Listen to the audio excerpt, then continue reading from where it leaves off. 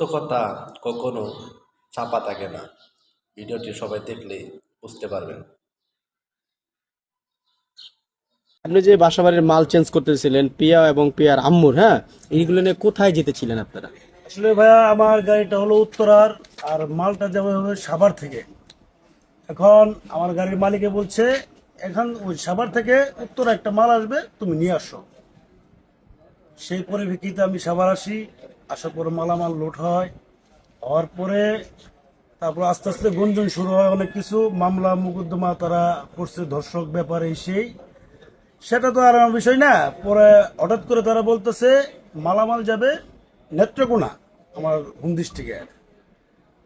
এরপরে কিছুক্ষণ পরে মনে করেন এক এক করে মনে করেন পোলাপান একজন দুইজন তিনজন পাঁচজন করতে করতে আপনার প্রায় রবিতে 5 থেকে 600 জন লোক আমার গাড়ির সামনে।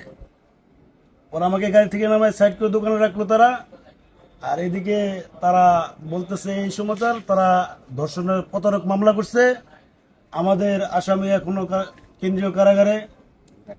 তারা বলতেছে যে এটা মিথ্যা অনট মামলা করছে, তারা এই মামলা করে এখন আমাদের হয়রানি করানোর জন্য এলাকা ছেড়ে পালাচ্ছে। কে পালাচ্ছে বা কারা, নাম কি, আপনার নাম জানেন? এরা ওই যে এই মেয়ে মানে প্রিয় নাকি, প্রিয় আর প্রিয় মা আর তার ভাই। তো আসলে ব্যাপারটা আমরা কিন্তু এটা জানি না, তারা পালাচ্ছে এবং কি এরকম কোনো সমস্যা তাদের ভিতরে আছে। আমাদের গাড়ি হলো ভাড়ায় চালিত গাড়ি, ভাড়ায় চালিত গাড়ি, আমরা টিপ মারি। তো আপনার সাথে কত টাকা কন্টাক্ট হয়েছে বা কি কন্টাক্ট আমার হয়েছে?